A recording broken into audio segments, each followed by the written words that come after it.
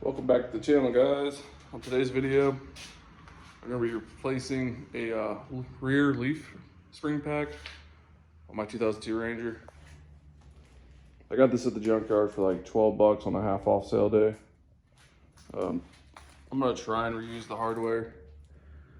Could just clean it up right now, but so first things first, I want to chalk this front wheel. I don't want this thing rolling ahead for me. And then next, if you have an impact, you can just zip them off when you have it in the air. So I'm gonna jack up the rear end, and then hoping I can set the rear hitch onto these jacks. I think we might have just enough space to run these on the back, but let's get to that. So you might run into this issue if you only own 2-ton jacks. I don't have like the larger, I'm not sure if they're 6-ton or what they are, but they're way bigger. As you can tell, we got like almost a foot between those, but our tires are off the ground. What you can do is impact your tires off unless you broke the loose earlier. And then when your tires are off, lower this down so you can rest the hitch on that, on your jacks. Because what you want to do, you want to get this to where the rear end doesn't have a load on it, or your leaf springs don't really have much of a load on them.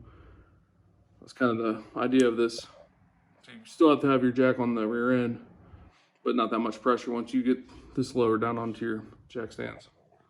So let's get these tires off.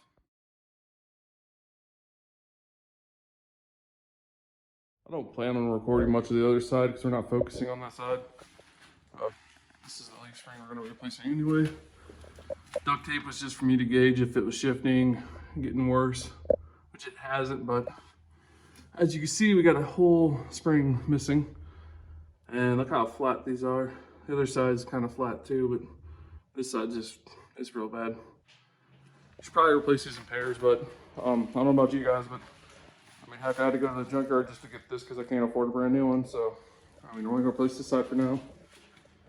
But let's go ahead and I'm gonna get this other wheel off and get this lowered down so we can start working on getting U-bolts off. Okay, we got our jack stands on the back hitch. We have a little bit of pressure on this rear end, but now we're ready to, I'm gonna PB blast these U-bolts. This can is bit down to nothing.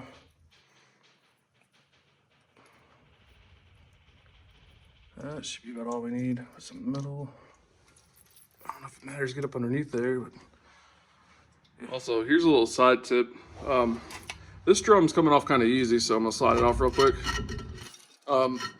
It's not a bad time right now to kind of check on what's going on in here.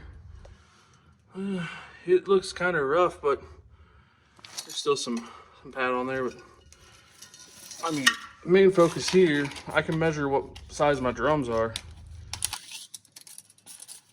If I gotta order parts, I already know. So I don't know if it's measured from the inside. I'm gonna take some, that's 10 inches from the inside. I think it's a 10-inch brake drum. I don't know how they do it, but I mean, while you're there, you might as well measure it, and then at least now I know, put it in your notes, write it down somewhere. So if I ever have to order parts for this, the wheel seals look good. It does look like a lot of metal in there. I don't know. That's strange. But let's get back to those U-bolts. So these nuts on these bolts are 18 millimeter. I just cracked all 4 of them loose. Okay, we have our U-bolts out. Take the stop head off. I think the only thing holding this together right now is just rust, so I'm gonna need to get a big pry bar. I'm just gonna take a Sawzall up underneath here and the cut here and here, because I don't want to use a cutoff wheel near the gas tank. And for the back, same thing, just side to side underneath that shackle, and hopefully I release it. So Sawzall is not working out too hot cutting this leaf off. I did try putting it up in here at an angle, but this keeps gumming up. As you see, it's really sticky. and it's not helping with the blades on this. So I went with the cutoff wheel, the old death wheel. That seems to be working out pretty good. As you can see too, it's getting a bit of rubber on it, but cut the leaf off, and now I'm gonna cut like an access hole. Pretty much cut like where my 2 fingers are, cut all that off, and then drop the rest of the leaf off so I can get to the, safely cut the rest out. Definitely keep a fire extinguisher nearby. Also, getting that old leaf out, I sawzalled. This was basically up there after this part I didn't cut, but I made the initial cut, and then I had to do these deeper cuts, and it popped out. It was a pain, but we got there, and cut the bushing in half. And slid them off, kind of like created like a U shape almost, kind of like this one. And then just cut side to side.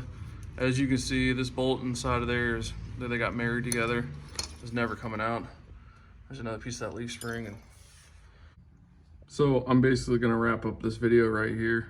Just do a little bit of talking, but the best setup you can to get this in kind of painlessly. Like, this has probably been the easiest leaf spring I've ever installed.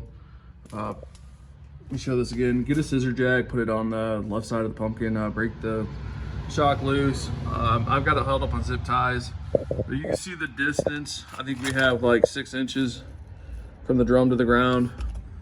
And just simple jack stands holding up on our rear trailer hitch. But yeah, this went in really easy. I had to kind of like push it over and tighten that up slowly, and it all kind of came together and looks great. But like I said, yeah, probably one of the easiest ones I've ever done. I'm not putting my e-brake cable back on. My e-brake's broken. It's Bluetooth.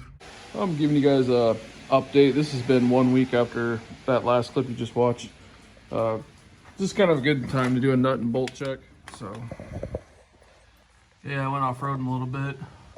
I usually reach my finger up right behind there and check the threads. I might tighten those down a little more.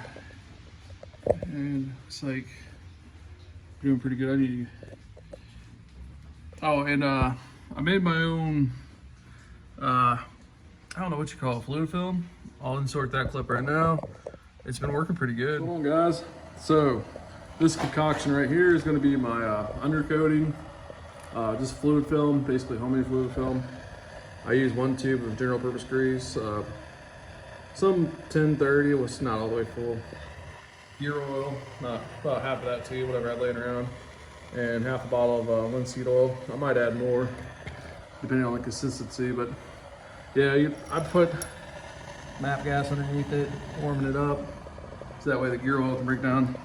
Definitely try and be in a well ventilated area because this stuff's probably not the greatest to breathe in, but when I get the grease to kind of break down some more, I can start spraying it. So right now there's still some chunks left in there, but yeah, if you can see the screw, the threads, it's got a lot of the stuff sticking to it and staying on it, which is good. So that's gonna be like that on our frame, but hoping this stuff works. So that's it for today's video. Please like, comment, subscribe, stay tuned for more. Peace.